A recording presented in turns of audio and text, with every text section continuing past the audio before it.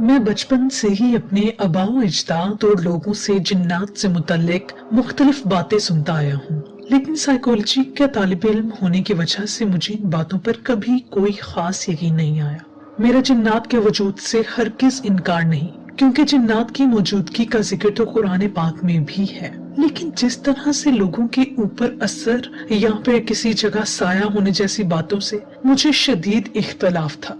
मेरा खून जलता था जब लोग हर छोटे बड़े मामले को जिन्नात पर डाल देते हैं। मैं सर्दियों की छुट्टियों में अक्सर किसी न किसी गांव की सैर को जरूर जाता हूँ, ताकि इस गहमा गहमी वाली जिंदगी में कुछ पल सुकून के मुयस्सर आ सके।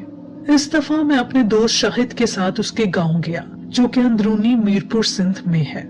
सफर अच्छा गुजर रहा था कि मेरे दोस्त शाहिद ने हमेशा की तरह जिन्नात वगैरह के मामलात पर बहस करना शुरू कर दी। मैं उसे हर दफा की तरह बहस में जीतने नहीं दे पा रहा था, क्योंकि मुझे अच्छी तरह मालूम हो चुका था कि जिन्नात के मामले पर लोगों की क्या क्या सवालात होते हैं और उन्हें किस तरह के जवाबात देकर खामोश करवाया जाता है। लेकिन जब से उसने जिन्नात की बातें शुरू की, कुछ अजीब ही मामले होना शुरू हो गए। कभी मेरी गाड़ी का टायर पंचर हो जाता, तो कभी अचानक से पेट्रोल सारा का सारा खत्म हो जाता। मैं तो पढ़ा लिखा मैच्योर इंसान था, इसलिए अपने दोस्त के सामने कोई ना कोई लॉजिक और दलील पेश कर देता कि इस मसलों के पीछे क्या वजूहात हैं। खैर, हम तमाम तर मुश्किलात को चीरते हुए आखिरकार अपनी मंजिल मकसूद तक पहुंच गए। मैं शाहिद के साथ उसके गांव पहली दफा आया था, इसलिए शाहिद के घर वालों, पड़ोसियों और रिश्तेदारों ने मुझे बहुत इज्जत दी, मेरे दिल से खातिर मदारत शुरू कर दी। शाहिद ने मुझे खेत और खलियान, खूबसूरत झीलें, सरसब्ज शादाब बागात और हर वो चीज दिखाई जो मैं हमेशा किसी भी गांव में आकर देखना चाहता था। 3 दिन गुजर चुके थे और मैंने इन 3 दिनों में शाहिद और उसके घर वालों के चेहरे पर एक खामोश सी परेशानी देखी थी।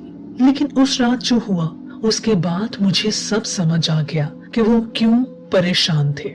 रात के खाने और इशा की नमाज से फरागत के बाद सारे घर वाले अपने अपने कमरों में चले जाते हैं। वहाँ मैं और शाहिद भी 3-4 सिगरेट्स फूंकने के बाद अपने कमरे में आ गए। शाहिद को मैंने अपने साथ ही रखा ताकि रात में शतरंज खेल सकूं। भी हम शतरंज खेलने की तैयारी ही कर रहे थे कि अचानक एक खौफनाक चीख बुलंद हुई, जिसने मेरे कान 2 मिनट के लिए सुन्न हो गए। मैं फौरन ही कमरे से भागा ताकि पता लगाया जा सके कि इतनी हेबतनाक चीख किसने और क्यों मारी है। लेकिन जैसे ही मैं भागने लगा, शाहिद ने मेरा हाथ पकड़कर मुझे रोक लिया और कहने लगा, बशीर तू रहने दे, तेरे मतलब की बात नहीं। शाहिद के चेहरे के तासुरात को देखकर मैं समझ गया कि जरूर जिन्नात वगैरह का कोई मामला है। मैंने उसे कहा कि ऐसे सैकड़ों मामले मैंने सुलझाए हैं, लिहाजा मैं ये भी मामला सुलझाऊंगा।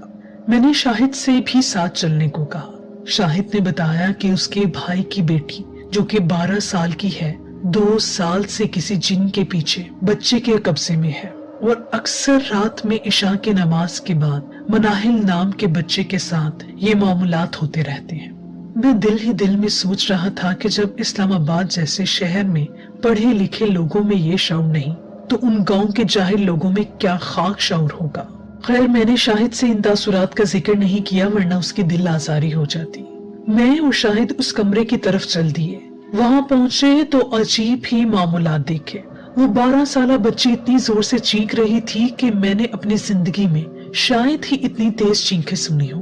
सारा का सारा घर उस कमरे में मौजूद था, लेकिन किसी के भी हिम्मत नहीं थी कि वो बच्ची के करीब जाकर उससे काबू कर सके। कुछ घर वाले जोर शोर से तिलावत करने में मसरूफ थे, कुछ घर वाले अगरबत्तियां जला रहे थे, कुछ लोग कुछ वज़ाइफ पढ़ कर पानी की छींटे मनाहिल पर फेंक रहे थे। मैंने हर दफा की तरह अपना दिमाग लड़ाया और मनाहिल के करीब पहुंच गया। मैं उसके करीब बैठने वाला था कि उसने मेरा नाम लेकर मुझे मुखातिब किया। दूर हट जा बशीर। मैं सोच रहा था कि 3 दिन से मैं यहाँ पर मौजूद हूँ, तो लाजमन इस बच्ची को मेरा नाम पता चल गया होगा।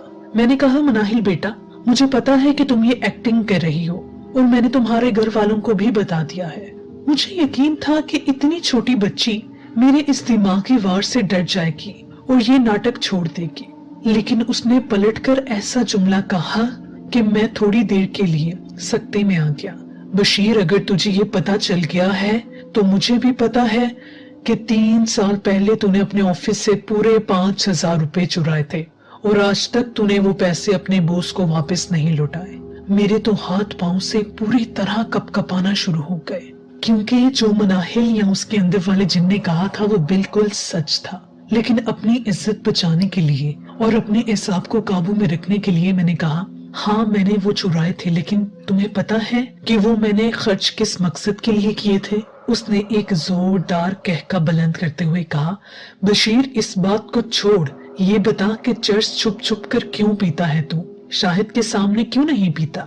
मेरे दिमाग को जैसे खुद समझ नहीं आ रही थी कि ये हो क्या रहा है। मेरा दिमाग बिल्कुल सुन्न हो चुका था। जिन्नात का ऐसा अनोखा वाकया मैंने ना ही अपनी जिंदगी में देखा था, ना तो किसी और से सुना था।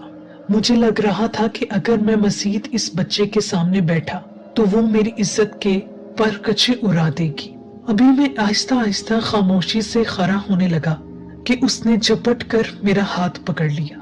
उसका हाथ इतना भारी और ताकतवर था कि मुझ जैसे 80 किलो और 6 फुट लंबे इंसान में भी उससे हाथ छुड़वाने की ताकत न थी। मेरा दिल बंद होने वाला था कि मैंने उस बच्ची और उसके अंदर वाले जिन से सच्चे दिल से रो रो कर मुआफी मांग ली। मैंने कहा कि मैं सदके दिल से इस बात का इकरार करता हूँ, मनाहिल बेटा तुम नाटक नहीं कर रही थी और तुम्हारे अंदर वाकई में कोई मखलूक मौजूद है।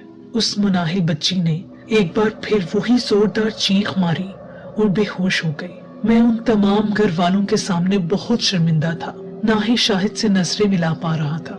मैंने अल्लाह से सच्ची पक्की तौबा कर ली और फिर उस दिन के बाद से ना ही मैंने चर्च पी और ना ही कभी चोरी की। अब हर महीने में शाहिद के घर एक दिन के लिए जरूर जाता हूँ और मनाहिल पर जब वो कैफियत तारी होती है तो मैं भी उस जिन की बच्ची अदब से सलाम करता हूँ, जिससे मुझे रूहानी और कल्बी सुकून हासिल होता है।